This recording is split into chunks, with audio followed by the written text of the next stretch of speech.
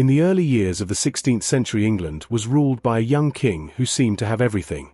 His name was Henry VIII. He was handsome, confident, intelligent, and admired across Europe. The people believed he would lead England into a golden age. Henry had married Catherine of Aragon, the respected daughter of the powerful Spanish monarchs. At first their marriage appeared strong, and the kingdom celebrated the royal couple. But as the years passed, one problem overshadowed everything. Henry desperately wanted a healthy son to inherit the English throne. Several pregnancies ended in tragedy, and only one child, Princess Mary, survived into adulthood. The king became increasingly worried that without a male heir the future of his dynasty would be uncertain. While these concerns grew inside the palace, another young woman was preparing for a future no one could have imagined. Her name was Anne Boleyn, and was born into an ambitious noble family and received an excellent education for her time. As a teenager, she lived in the royal courts of the Netherlands and France, where she learned languages, music, dance, fashion, and the sophisticated customs of European nobility.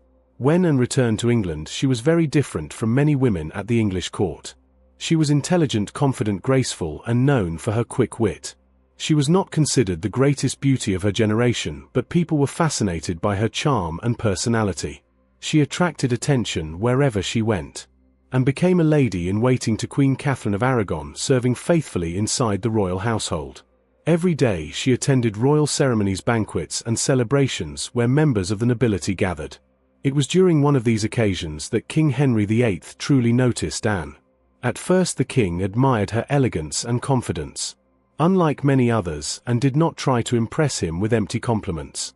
She spoke honestly, carried herself with dignity, and refused to be intimidated by royal power. Henry found her completely different from anyone he had ever known. As weeks turned into months, the king's admiration continued to grow.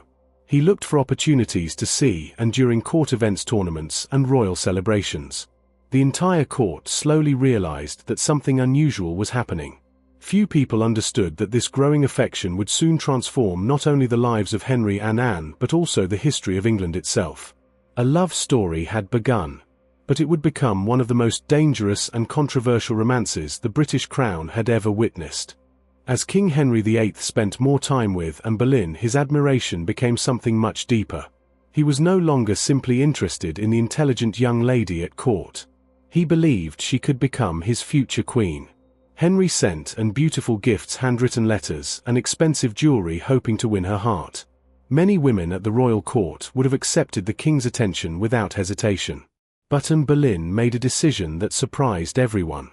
She refused to become the king's mistress, and believed that if Henry truly loved her, he must honor her with marriage rather than a secret relationship. Her decision made Henry desire her even more. At the same time, the king became increasingly frustrated with his marriage to Queen Catherine of Aragon. Years had passed without the birth of a surviving son who could inherit the throne. Henry convinced himself that his marriage should come to an end. He asked Pope Clement VII to declare his marriage invalid. However, the Pope refused. The refusal shocked the English court. For the first time, Henry found himself in direct conflict with the authority of the Roman Catholic Church. The disagreement soon became more than a personal matter. It developed into one of the greatest political and religious crises in English history. Determined to marry Anne Boleyn, Henry chose a path that would change his kingdom forever. He separated England from the authority of the Pope and established the king as the supreme head of the Church of England. The decision transformed the religious future of the nation and marked the beginning of the English Reformation. Meanwhile, Anne remained at the center of every conversation. Some members of the royal court supported her, believing she represented a new future for England. Others viewed her with suspicion and believed she was responsible for the conflict that divided the kingdom. Rumors spread throughout London. People debated whether Anne Boleyn was an ambitious noblewoman or the woman the king truly loved. Despite growing criticism, Henry never abandoned his determination. His dream was no longer simply to marry Anne. He wanted her to stand beside him as Queen of England.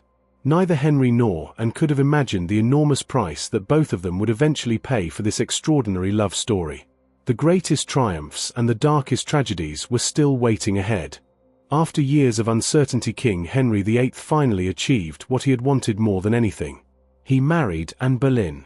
Their marriage marked the beginning of a completely new chapter in English history. soon afterward, and was crowned Queen of England in a magnificent ceremony at Westminster Abbey. Royal banners decorated the streets of London.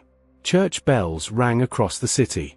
Noble families gathered from every corner of the kingdom to witness the coronation of the new queen, and entered the abbey wearing magnificent royal robes decorated with gold embroidery, sparkling jewels, and an elegant crown. For a moment it seemed that every sacrifice, every struggle, and every controversy had finally been rewarded. Henry looked proud as he watched his new queen receive the crown. The king believed that together they would build a stronger Tudor dynasty and soon welcome the son he had always dreamed of. Only a few months later, and gave birth to a healthy baby. The entire kingdom waited anxiously for the announcement. But instead of a prince, the royal couple welcomed a daughter. She was named Elizabeth. Although Henry had hoped for a son, Princess Elizabeth would one day become one of the greatest monarchs in British history. At the time, however, many people inside the royal court believed the birth of a daughter was a disappointment for the king. Pressure quickly returned to the palace. Everyone expected Queen Anne to produce a male heir. As months passed, the atmosphere inside the royal court slowly began to change. Some powerful nobles who had once supported and now questioned her influence. Political rivals secretly gathered against her, hoping to remove her from power. Rumors spread through London once again. Every conversation inside the palace seemed filled with suspicion. Henry also began to grow impatient. His dreams of securing the Tudor succession through a son remained unfulfilled. The love that had once seemed powerful enough to change a nation slowly became overshadowed by disappointment, uncertainty, and political tension, and found herself surrounded by enemies who were waiting for the perfect opportunity to destroy her reputation. The queen who had once been the center of Henry's greatest dream was now living inside one of the most dangerous courts in Europe. No one could have imagined that the woman who had changed the history of England would soon face accusations that would lead to one of the most shocking trials in British royal history. The atmosphere inside the royal court became darker with every passing day. Queen Anne Boleyn found herself surrounded by powerful enemies who believed her time as queen was coming to an end. Whispers filled the halls of the palace. Every conversation seemed to carry suspicion. Every smile hid uncertainty. King Henry VIII had once declared that he would change the world for Anne. Now his feelings appeared to be changing. The long-awaited son had never arrived, and the king's patience was slowly disappearing. At the same time, Henry had become interested in another young woman named Jane Seymour. Many people at court believed the king's attention had already begun to move away from Anne. In the spring of 1536, everything changed. Anne was suddenly arrested and taken to the Tower of London. She was accused of adultery, treason, and plotting against the king. Several noblemen, including her own brother George Boleyn, were also arrested and charged. Most modern historians believe these accusations were either false or greatly exaggerated and were likely driven by political motives rather than reliable evidence. Even inside the tower, Anne remained calm and insisted that she had done nothing wrong. A special court was assembled to hear the case. Although Anne defended herself with intelligence and dignity, the verdict had almost certainly been decided before the trial began. She was found guilty of treason against the crown. King Henry approved the sentence. Anne Boleyn would be executed. On the 19th of May 1536, Anne walked calmly onto the scaffold inside the Tower of London. She wore a simple dark gown and faced the crowd with remarkable courage. In her final words, she did not accuse the king or demand revenge. Instead, she spoke with dignity and prayed for England. Within moments, her life came to an end. The woman Henry had once loved enough to change the kingdom was gone.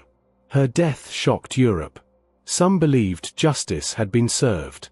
Others believed England had witnessed one of the greatest miscarriages of justice in royal history. Yet Anne Boleyn's story did not end on the scaffold. Her greatest legacy was still alive.